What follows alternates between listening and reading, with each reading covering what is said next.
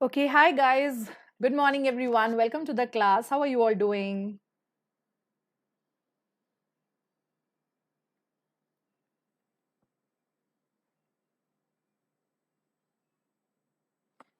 Okay, so I guess I'm live. Just confirm once.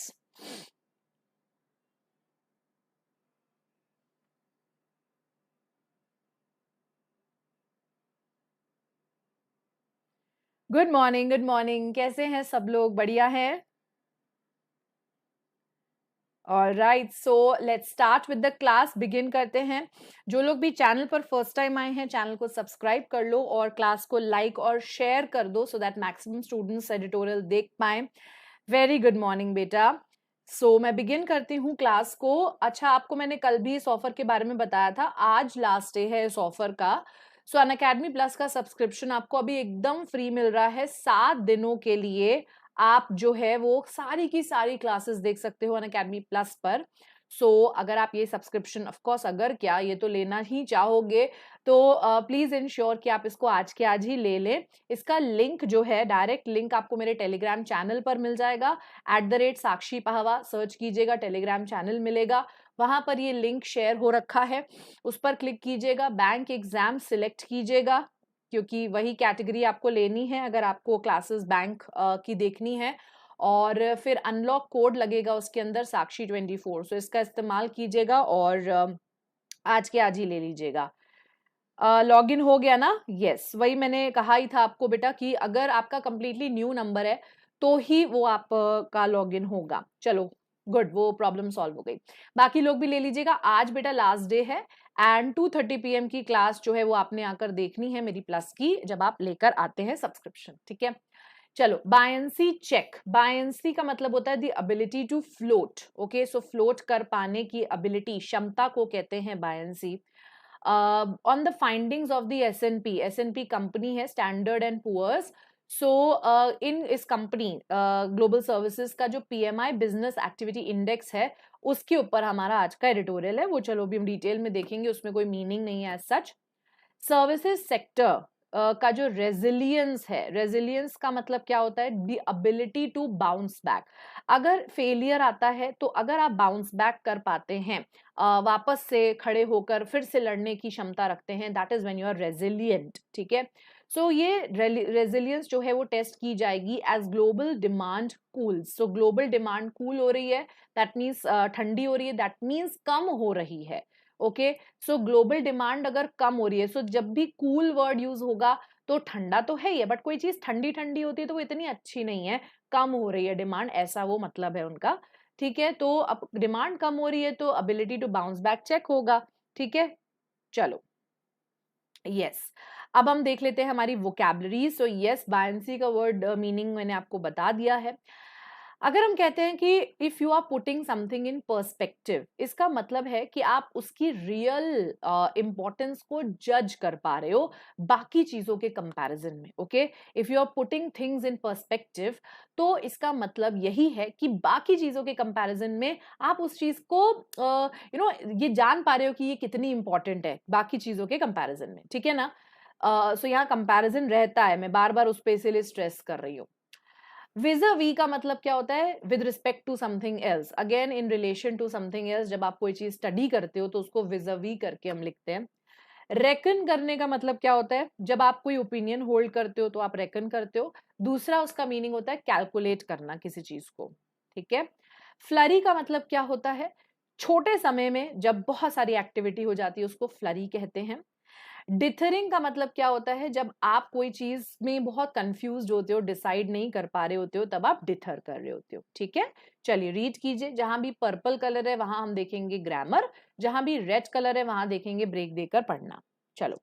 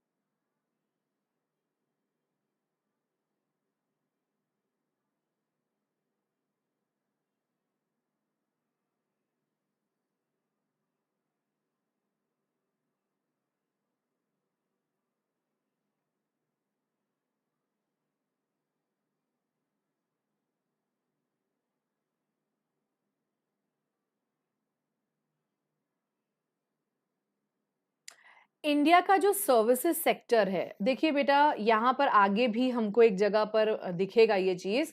Goods and services होता है, ठीक है, इसमें सर्विस मत लगाना। सेक्टर के लिए यहाँ पर सीम्स है जो कि सिंगुलर है। आगे एक एडिटोरियल में एक जगह है जहां मैंने पर्पल भी किया है, वहां पर सिर्फ सर्विसेज लिखा हुआ है और उसके आगे सिंगुलर लगा है, तो आप समझ लीजिएगा सर्विसेज जब लिखा है तो इसका मतलब वो सेक्टर है, ठीक है। और इसीलिए सिंगुलर वर्ब लगा है। तो वो बोल रहे हैं कि इंडिया का जो सर्विसेज सेक्टर है seems to have had a great start. So financial year में बड़ा अच्छा स्टार्ट सर्विसेज सेक्टर को मिला, if one were to go purely by the findings of S&P Global Services PMI Business Index।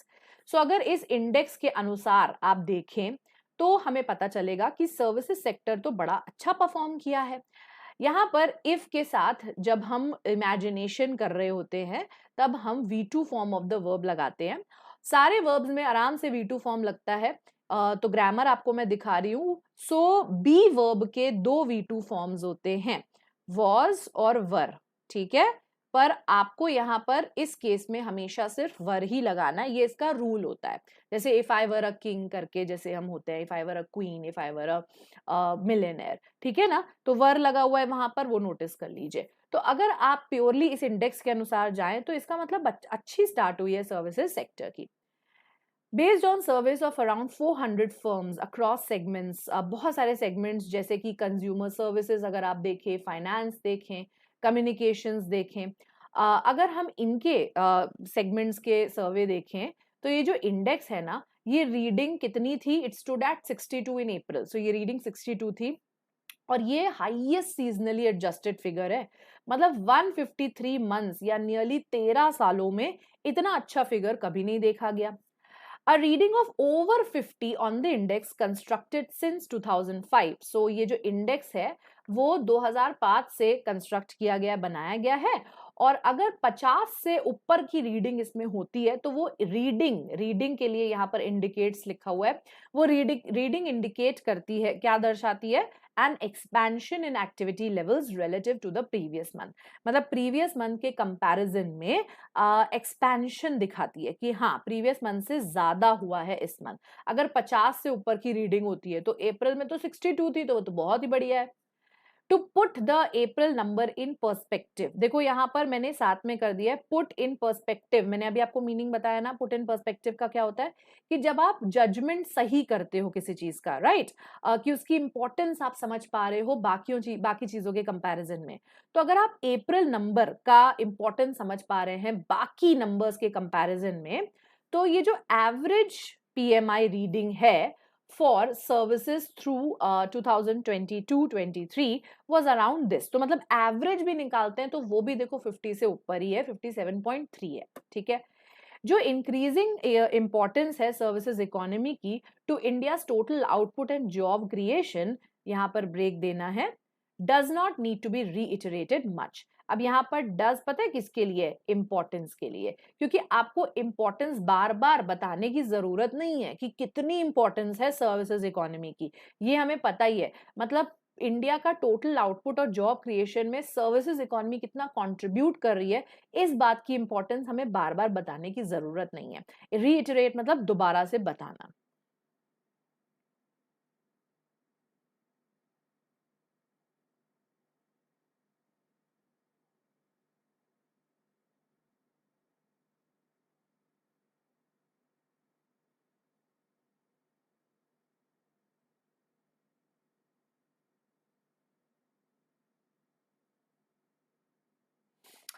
Kids gamer बेटा, classes का schedule बेटा आपको Telegram पर मिल जाएगा। सो बेसिक से सारी क्लासेस टेलीग्राम पर आप देख सकते हो, लिंक्स शेयर हो गए हैं।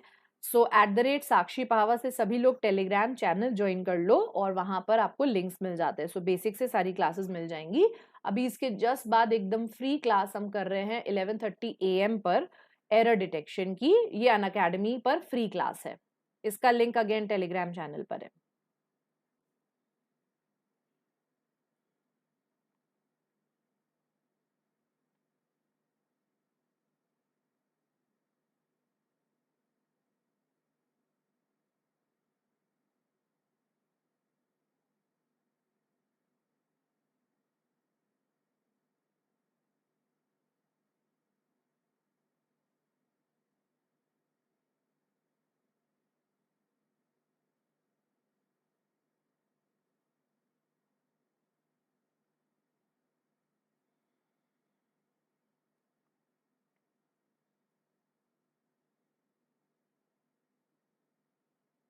Okay, as per second advance national income estimates जो कि 2022-23 के लिए दिए गए, जो ग्रॉस वैल्यू एडेड ग्रोथ होती है इंडस्ट्री की, फिर ब्रेक देना है एज अ होल, मतलब अगर पूरी ग्रोथ देखें तो वो ग्रोथ जो है वो स्लिप करी है टू 4.1%, मतलब वो ग्रोथ जो है वो कम हुई है, 4.1% तक आ गई है, with manufacturing tripping to just 1.6%. So manufacturing जो है उसके अंदर, मैन्युफैक्चरिंग सेक्टर वो ट्रिप किया है, मतलब गिरा है टू जस्ट 1.6%, मतलब इतना ही मैन्युफैक्चरिंग हो रहा है उसमें, जो ग्रॉस वैल्यू एडेड मैन्युफैक्चरिंग का है वो सिर्फ इतना ही है, ठीक है। both of them had grown at around 10% in 21 और 22 में 10% की ग्रोथ देखी गई थी। सर्विसेज जीवीए जो है ना, अब यहाँ पर ये देखो सर्विसेज, क्योंकि अपने बाद एस लेता ही है इसलिए अपोस्ट्रोफी जो है सिर्फ लगाई है, क्योंकि जब भी एस होता है तो सिर्फ हम अपोस्ट्रोफी लगाते हैं, ठीक है ना। Services GVA on the other hand is expected to have grown 9.1% during the year, accelerating from 8.4% in the previous year. अब देखो यहाँ पर from और to का आपको बिल्कुल कॉम्बिनेशन मिला है, स्टार्टिंग पॉइंट बाद में दिया है, कोई बात नहीं। सो कई बार क्या होता है, इंसान कहता है अच्छा मैम अकेले टू लिखा है या उल्टा लिखा है, उल्टा नहीं लिखा बेटा, स्टार्टिंग पॉइंट बाद में दिया है इसलिए फ्रॉम उस पर लिखा हुआ है, और 9.1% एंडिंग पॉइंट है इसलिए टू उस पर लिखा है। सो दैट मीन्स 8.4% से बढ़कर वो 9.1% हुई है। Along with a pickup from the farm sector, so farm sector में एक पिकअप देखा गया, ग्रोथ देखी गई। ये देखो सर्विसेज इज, अब यहाँ पर इंसान सोचेगा कि सर्विसेज के साथ तो प्लूरल लगाना है, पर मैंने अभी आपको बताया ना बेटा सर्विसेज सेक्टर बोल रहे हैं यहाँ पर वो, ठीक है ना, तो इसीलिए सिंगुलर है सेक्टर के लिए। Is expected to lift GVA growth in 22-23 to 6.7%, so that means इतना परसेंट ग्रोथ हो जाएगा जीवीए में, एंड जीडीपी जो है वो 7% पे राइज होगी। ट्रेड फ्रंट पे अगर देखें तो इंडिया का जो सर्विसेज, फिर से सर्विसेज, एक्सपोर्ट्स, अब यहाँ एक्सपोर्ट्स है देखो तो इसलिए आर लगा हुआ है, ठीक है। सो ये एक्सपोर्ट्स एस्टिमेट कितना हुए हैं, to have hit a record $325 billion 2022-23 में, reflecting a growth of 28% previous year के कंपैरिजन में। हैव के साथ यहाँ पर V3 लगा हुआ है, हिट हिट हिट तीनों फॉर्म्स हिट होती हैं।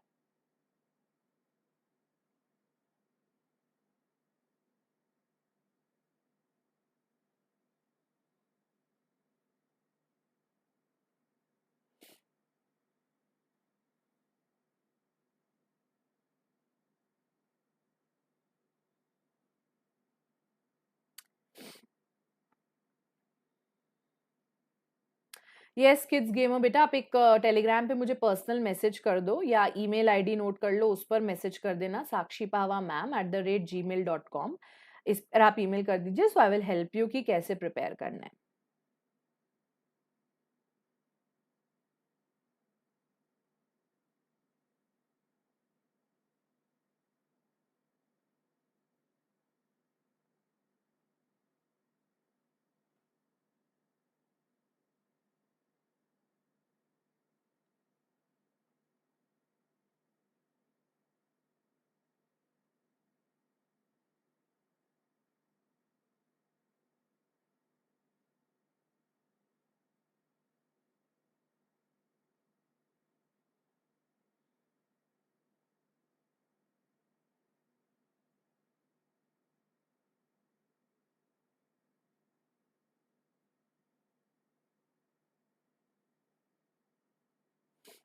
सत्यव्रत क्या लाइव नहीं शो कर रहा बेटा, मैं तो अभी यूट्यूब पर हूँ, अभी कैसे लाइव शो करेगा।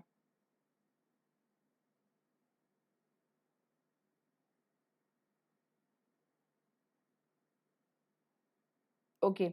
The strong uptick in such intangible trade and resultant surplus vis-a-vis imports of services have significantly plugged the hole in India's current account deficit caused by much sharper 40% widening of goods trade. देखो बेटा, यहाँ पर पहले मैं आपको grammar दिखा देती हूँ। मच शार्पर मैंने क्यों किया है, क्योंकि मच के साथ हम कंपैरेटिव डिग्री लगाते हैं, जैसे एग्जाम्पल मच बेटर, है ना। आपसे कोई पूछे कैसा लग रहा है अभी, तो आप कहते हो मच बेटर लग रहा है, तो बेटर आपका कंपैरेटिव डिग्री होता है, ठीक है। द स्ट्रॉन्ग अपटिक, अपटिक मतलब क्या होता है, इंक्रीज, इन सच इंटैंजिबल ट्रेड। इंटैंजिबल का मतलब होता है जो चीज हम टच नहीं कर सकते, और यहाँ पर सर्विसेज की बात हो रही है, क्योंकि हम सर्विसेज टच नहीं कर सकते ना। सो इंटैंजिबल ट्रेड में एक इंक्रीज देखने को मिला है, और एक रिजल्टेंट सरप्लस क्रिएट हो गया है with respect to imports, right. So imports कम हो रहे हैं और एक्सपोर्ट्स ज्यादा हो रहे हैं, जो कि अच्छी बात है। सर्विसेज का इंपोर्ट्स हम कम कर रहे हैं, बाहर से सर्विसेज हम कम ले रहे हैं, तो इससे क्या हो रहा है कि this thing have significantly plugged the hole in India's current account deficit. So current account deficit कब क्रिएट होता है? जब हम इंपोर्ट्स ज्यादा करने लग जाते हैं और एक्सपोर्ट्स कम करते हैं, है ना। आप दूसरे देशों को पैसा ज्यादा दोगे तो करंट अकाउंट डेफिसिट क्रिएट हो जाएगा ना। तो अगर हम उल्टा कर रहे हैं, इसका एक्सपोर्ट ज्यादा कर रहे हैं और इंपोर्ट्स कम कर रहे हैं, तो अच्छी बात है। करंट अकाउंट डेफिसिट का जो होल है, सो प्लग द होल का मतलब होता है जो गैप है उसको खत्म करना। सो ये करंट अकाउंट डेफिसिट को खत्म करने में हेल्प कर रहा है। एंड ये करंट अकाउंट डेफिसिट कैसे कॉज हुआ है? It is cause by much sharper 40% widening of goods trade deficit. So obvious सी बात है, ये 40% हमने इंपोर्ट्स इंक्रीज कर रखे थे, जिसकी वजह से ये सीएडी क्रिएट हुआ था, which is reckoned to have hit $267 billion during the year. So reckon का मतलब होता है believed या calculated, सो दोनों ही हो सकता है। यहाँ पर आप कैलकुलेट कर रहे हो या बिलीव कर रहे हो कि इतना था, तो दोनों ही मीनिंग हो सकता है यहाँ पर। सो कैलकुलेट वाला ही ले लीजिए कि हमने कैलकुलेट किया, $267 बिलियन का ईयर का हमने इंपोर्ट किया है। सर्विसेज एक्सपोर्ट में जो ग्रोथ देखी गई मार्च में had slip to around 3% from, so देखो फिर से वही हो गया, फ्रॉम और टू दिया तो है, पर इन्होंने स्टार्टिंग पॉइंट हमको पहले दिया है, सॉरी बाद में दिया है। तो 29% से 3% पे गिर गया, तभी तो स्लिप लिखा है फेब्रुअरी में। फेब्रुअरी में 29 था, मार्च में 3 है, तो गिर गया, ठीक है ना। हाउएवर एज पर अप्रैल पीएमआई प्रिंट, अप्रैल का जो इंडेक्स था, along with a surge in fresh demand and output for domestic services. So अप्रैल के नंबर्स अलोंग विद ये चीज आप जब देख रहे हो कि डिमांड में बढ़ोतरी है, आउटपुट में बढ़ोतरी है, सर्ज मींस इंक्रीज, तो outbound deals also increase at the highest pace. Outbound का मतलब है बाहर जो हम भेज रहे हैं, दैट मीन्स एक्सपोर्ट्स। तो हमारे एक्सपोर्ट्स जो हैं वो बढ़ गए, हाईएस्ट पेस देखा गया इन 3 महीनों में। हाईएस्ट पेस मतलब speed, that offers some comfort. अब एक्सपोर्ट्स बढ़ रहे हैं तो अच्छी बात है ना, कंफर्ट दे रहा है हमको ये, amid a strengthening global slowdown in major markets for India's IT dominated services export. So ये देखने को मिल रहा है कि आईटी सेक्टर में जो है वो एक्सपोर्ट्स में एक स्लो डाउन देखने को मिल रहा है ना। एंड ग्लोबल रिसेशनरी प्रेशर्स भी हैं, तो अगर ऐसे सिनारियो में हम अच्छे एक्सपोर्ट कर पा रहे हैं ना, तो हमें कंफर्ट दे रहा है ये बात।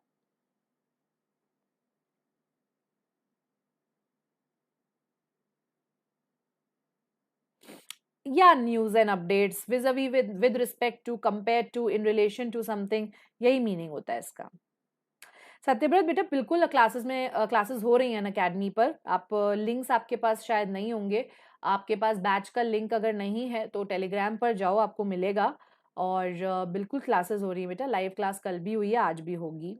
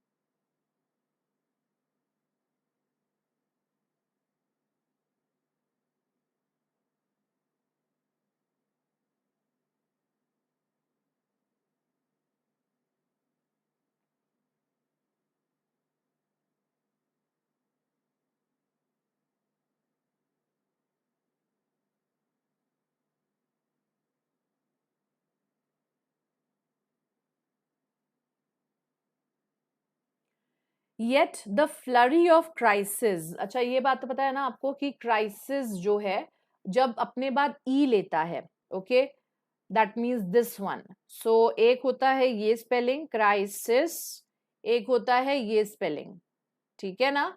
ये सिंगुलर होता है और ये प्लूरल होता है। तो यहाँ पर फ्लरी का मतलब होता है छोटे समय में बहुत सारे क्राइसिस जब हो रहे हैं, ऐसा बोल रहे हैं। सो छोटे समय में बहुत सारी एक्टिविटी हो जाती है, उसको फ्लरी कहते हैं। तो यूएस और यूरोपियन फाइनेंशियल इंस्टीट्यूशंस में कम समय में बहुत सारे क्राइसिस देखने को मिले। अ- तो उसके बाद भी a key clientele for India's tech majors for instance remains a worry. तो यहाँ पर हम वही वो बोल रहे हैं ना, येट पता है किस चीज के लिए लिखा है? अभी हमने पिछली लाइन में यही बोला ना कि सब अच्छा अच्छा चल रहा है, कि चलो एक्सपोर्ट्स मतलब हाँ ग्लोबल स्लो डाउन हो रहा है पर फिर भी ना हमारे एक्सपोर्ट्स अच्छे हैं, चलो इसी बात की गनीमत है, अच्छी बात है। अब रिलीफ बोलते ही अब आप कंट्रास्ट एक वरी बता रहे हो, देख रहे हो ना, येट से हम कंट्रास्ट बताते हैं कि अब देखो एक्सपोर्ट्स हम कर रहे हैं, ठीक है, पर ये बात भी तो सच है ना कि यूएस और यूरोपियन फाइनेंशियल इंस्टीट्यूशंस में बहुत सारे क्राइसिस आए हैं। तो हमें एक्सपोर्ट करने के लिए कोई जगह तो चाहिए ना। क्लाइंटेल मतलब एक हमारा, जैसे हम जो हमसे खरीदेगा, अगर वहीं पर क्राइसिस चल रहा होगा, वही हमें पैसे नहीं दे पाएंगे, तो फिर हमारा एक्सपोर्ट कैसे होगा? तो वो ये बोल रहे हैं कि इंडिया के टेक मेजर्स वहां पर क्या हमारे प्रोडक्ट्स खरीद पाएंगे, क्योंकि वहां पर क्राइसिस चल रहा है। यूएस यूरोपियन हमारे मेन मार्केट्स हैं, तो वो हमारे लिए वरी का रीजन है। दैट सर्विसेज एक्सपोर्ट, मतलब दैट से जब आप सेंटेंस स्टार्ट करते हो उसका मतलब होता है ये बात, ठीक है, इसका मतलब होता है ये बात। ये बात की जो सर्विसेज एक्सपोर्ट ग्रोथ है ना, कुड मॉडरेट, ब्रेक देना है यहाँ पर, गोइंग फॉरवर्ड। गोइंग फॉरवर्ड मतलब आगे जाकर, मतलब फ्यूचर में जो ये ग्रोथ है वो मॉडरेट पर आ सकती है, ठीक है। इस मतलब मॉडरेट मतलब मीडियम पे आ सकती है। ये बात is corroborated by the lower earnings guidance provided by IT companies as well as their extended dithering over onboarding young recruits।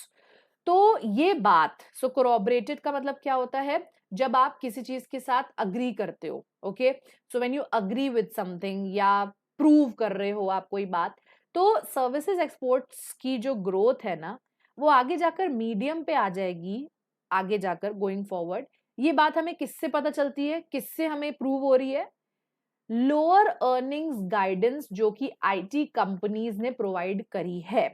So IT companies अभी काफी पेसिमिस्टिक हो रही हैं और वो कह रही हैं कि आगे जाकर लोअर अर्निंग्स जो हैं वो हम एक्सपेक्ट कर रहे हैं, अर्निंग्स उतनी ज्यादा नहीं रहेंगी। तो ऑब्वियस सी बात है, अगर उनकी अर्निंग्स अच्छी नहीं रहेंगी तो एक्सपोर्ट्स भी अच्छे नहीं होंगे, तो मॉडरेट पे आ जाएंगे। तो एक तो ये रीजन है। फिर एज वेल एज दूसरा रीजन करा, there extended dithering over onboarding young recruits.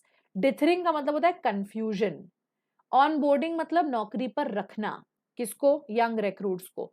तो एक्सटेंडेड का यहाँ पर मतलब है कि अभी भी वो थोड़ा सा कंफ्यूजन में कि नए लोगों को रखें ना रखें, क्योंकि फायरिंग चल रही है ना, कॉस्ट कटिंग चल रही है।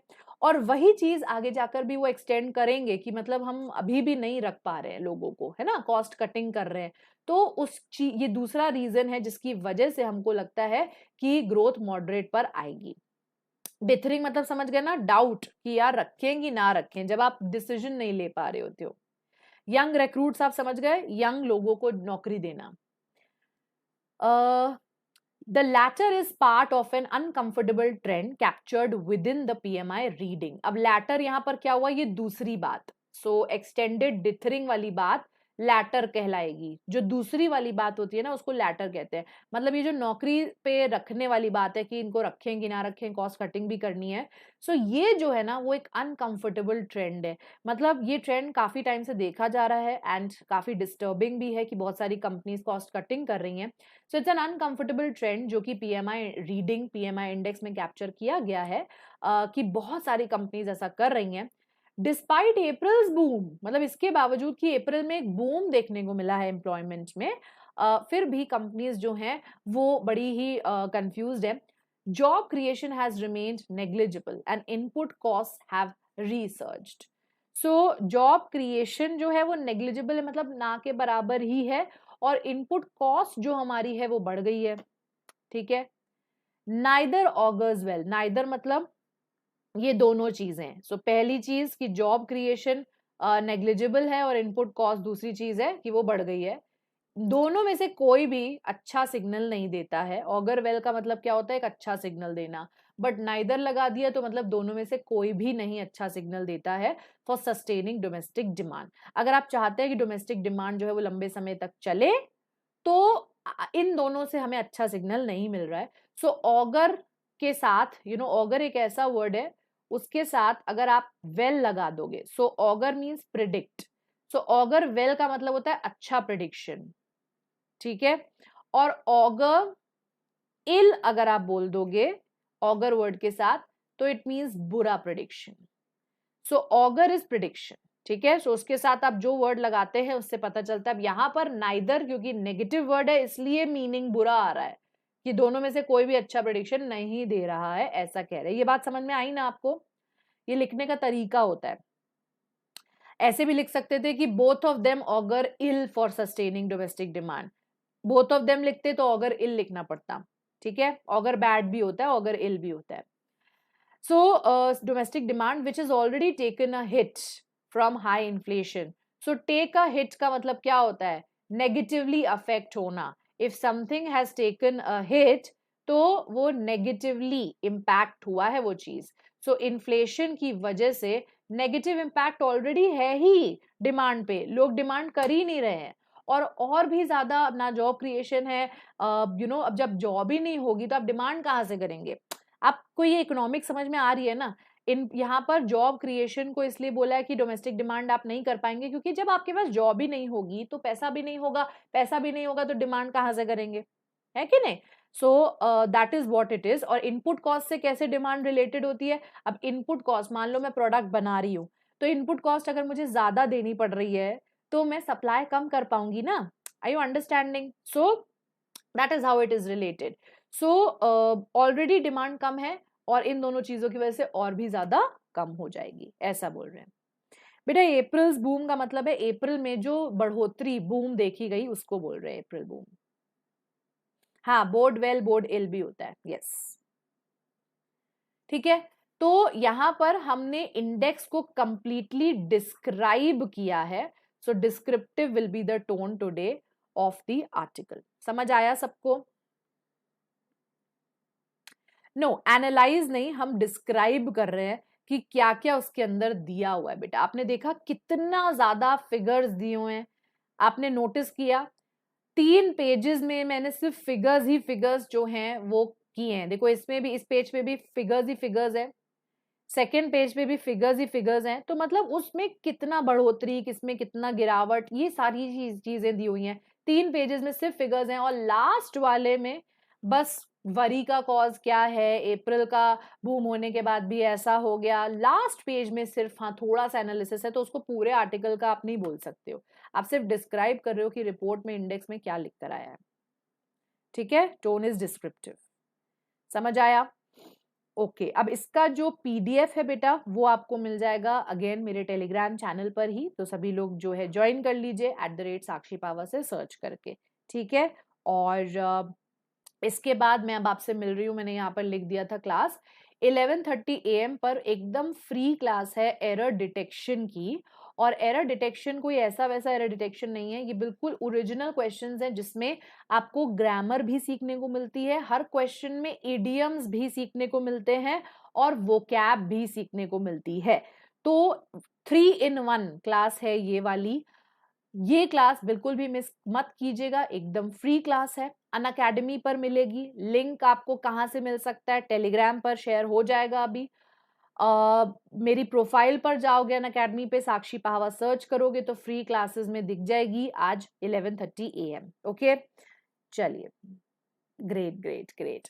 सो मैं मिलती हूँ आपसे। अच्छा, इसमें अनलॉक कोड लगेगा, अगर आप पहली बार देख रहे हैं तो साक्षी 24 अनलॉक कोड लगा दीजिएगा, एकदम फ्री क्लास है, डेली 11:30 होती है। ओके, चलो, थैंक यू सो मच, मैं मिलती हूँ आपसे 11:30।